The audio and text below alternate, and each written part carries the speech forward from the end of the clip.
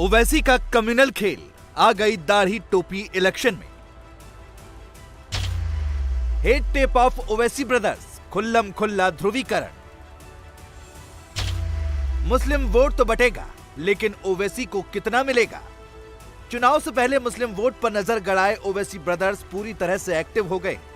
Owaisi brothers की भड़काऊ politics शुरू हो चुकी है, लेकिन मोदी गांधी क्यों सबको खामोश करना चाहते हैं जूनियर ओवैसी? अगर अकबरुद्दीन ओवैसी तकरीर करने लगेगा और जवाब देने लगेगा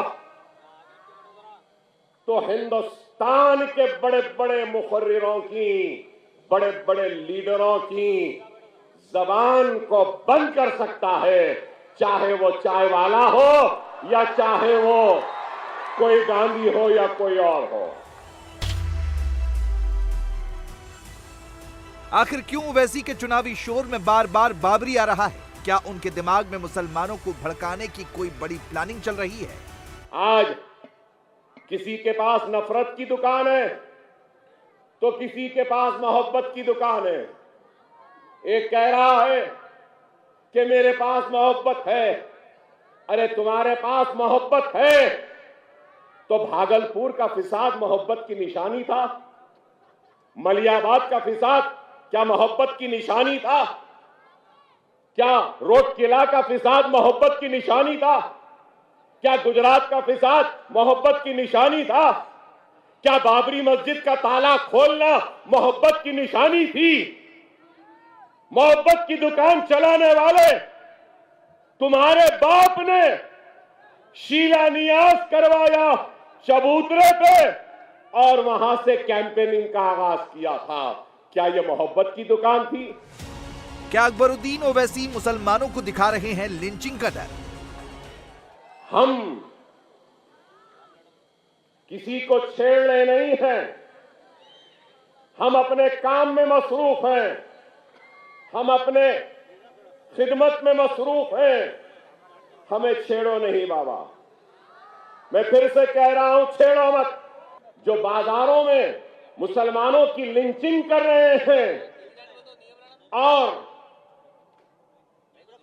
मैं नहीं चाहता कि उनको तक़वियत मिले। एआईएमआईएम प्रमुख असदुद्दीन ओवैसी और उनके विधायक ब्रदर अकबरुद्दीन ओवैसी ने हैदराबाद में अपने मिशन की शुरुआत कर दी है। अकबरुद्दीन ओवैसी मुसलमानों को समझा रहे हैं कि अब फसल काटने का वक्त आ गया है। तख्त पर हमारी मर्जी के बिना कोई बैठ नहीं सकता। एक वक्त फसल बोने का होता है, एक वक्त फसल तैयार करने का होता है, और एक वक्त फसल काटने का होता है।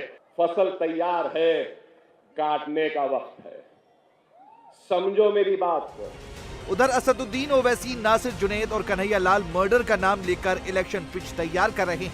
एआईएमआईएम चीफ असदुद्दीन ओवैसी नई तरह की पॉलिटिक्स सेट करने में जुटे हैं। बीजेपी का डर दिखाते हैं, लेकिन ये भी बताते हैं कि कांग्रेस भी मुसलमानों का भला नहीं करने वाली। ओवैसी के निशाने पर मोदी रहते हैं तो राहुल गांधी को भी वो नहीं बख्शते।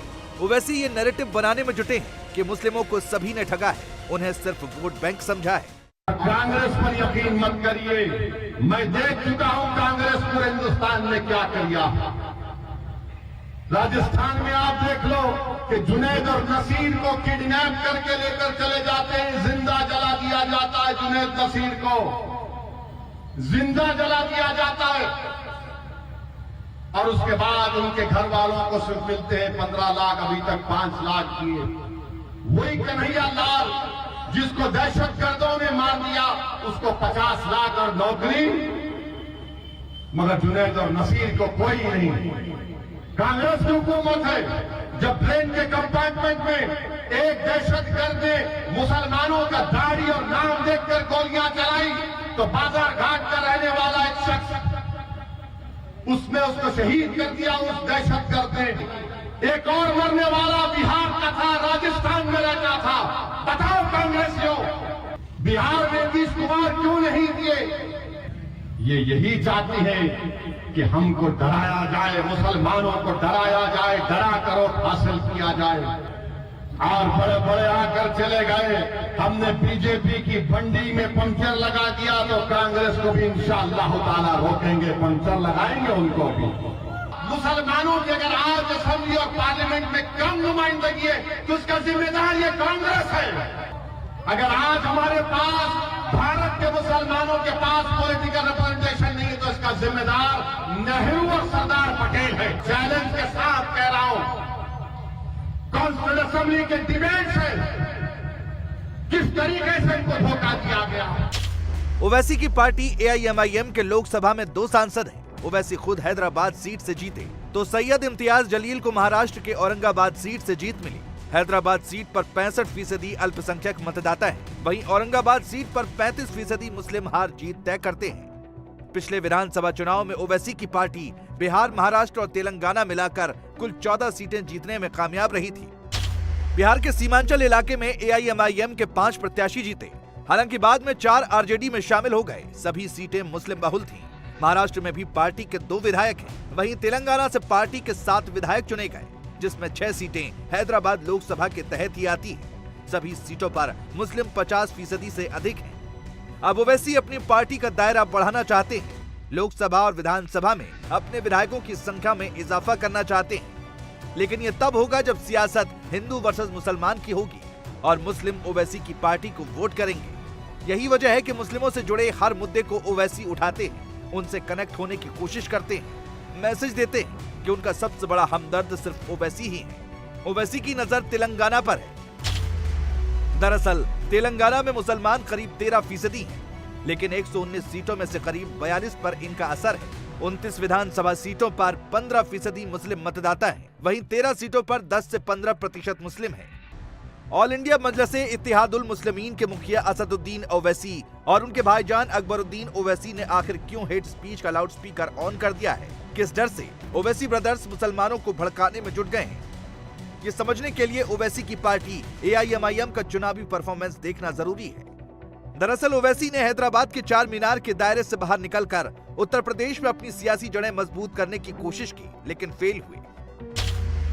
यूपी विधानसभा चुनाव में AIMIM ने 100 कैंडिडेट उतारे।